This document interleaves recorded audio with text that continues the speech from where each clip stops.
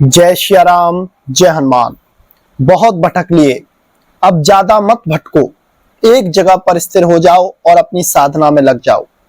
अगर आप भटकते रहेंगे, कभी यहां जाएंगे, कभी वहां जाएंगे, कभी किसी के चक्कर में पड़ेंगे, कभी किसी के आशीर्वाद के चक्कर में पड़ेंगे, तो जीवन में कुछ उन्नति नहीं होने वाली है।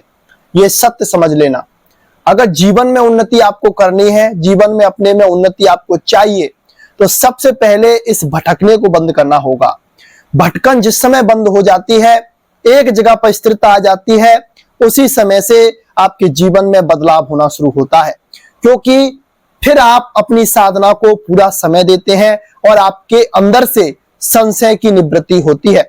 जब तक आपके अंदर संशय रहता है तो ये माया ठगनी है, आपको इसी तरह से नचाती रहेगी और आपको कुछ तत्व का बोध नहीं होने देगी। आप राम नाम का जाप करने लग जाइए। शुरुआत तो करिए, हल्के से शुरुआत करिए। शुरुआत में 10 माला, 11 माला, 5 माला, 4 माला, जितना भी हो रहा है उतना जाप करिए। बस भगवान के आश्रित होकर सारी चीजों को प्रभु श्री राम पर छोड़ दीजिए और भगवान से प्रार्थना करिए कि हे श्री राम, हे हनुमान जी महाराज, मेरे अंदर जो संशय के बादल हैं उनको आप छिन्न भिन्न करिए।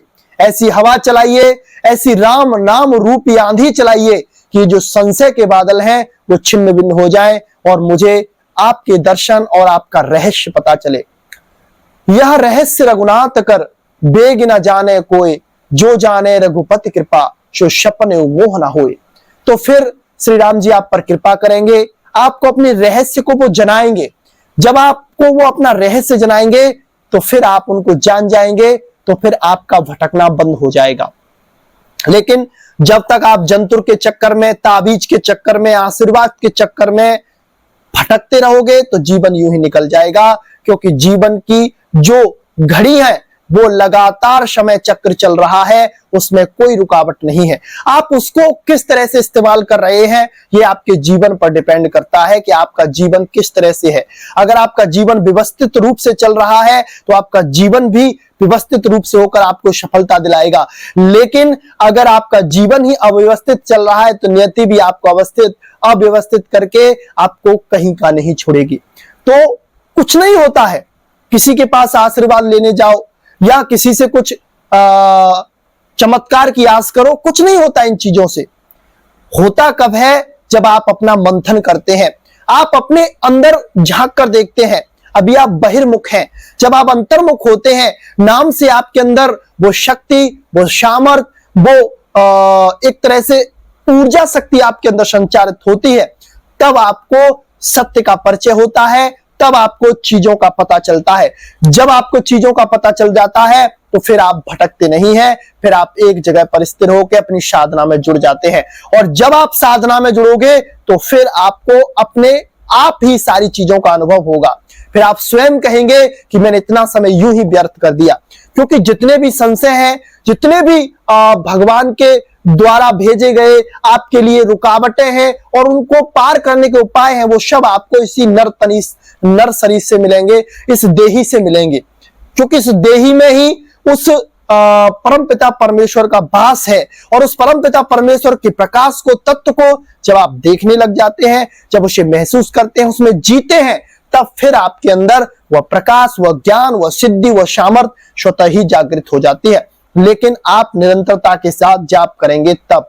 अगर निरंतरता आपके जाप में नहीं है या फिर मंत्र जाप आप नियमित रूप से नहीं करते हैं, कभी कहीं इधर उधर भटकते फिरते हो, तो कुछ नहीं मिलेगा। भटकिए। कब भटकिए? जब आपको कोई मार्ग ना मिले। भटकने के लिए जगह है, भगवान के तीर्थ स्थलों में जाइए, संतों के दर्शन करिए, संतों से संभाषण करिए। अगर आपको किसी प्रश्न का जवाब नहीं मिल रहा है तो संतों के पास जाइए, क्योंकि संतों को हंस कहा जाता है और वह अथाय समुद्र, जो कि हमारे धर्म ग्रंथों का, वेद शास्त्रों का अथाय समुद्र है, उसमें से वो मोती चुंग चुंग कर लाते हैं और अपने योग्य पात्रों को, उन मोतियों को वह देते हैं और उनका लाभ उन्हें दिलाते हैं। तो आप हंसों से जुड़िए। आप फालतू लोगों के चक्कर में क्यों पड़ रहे हैं?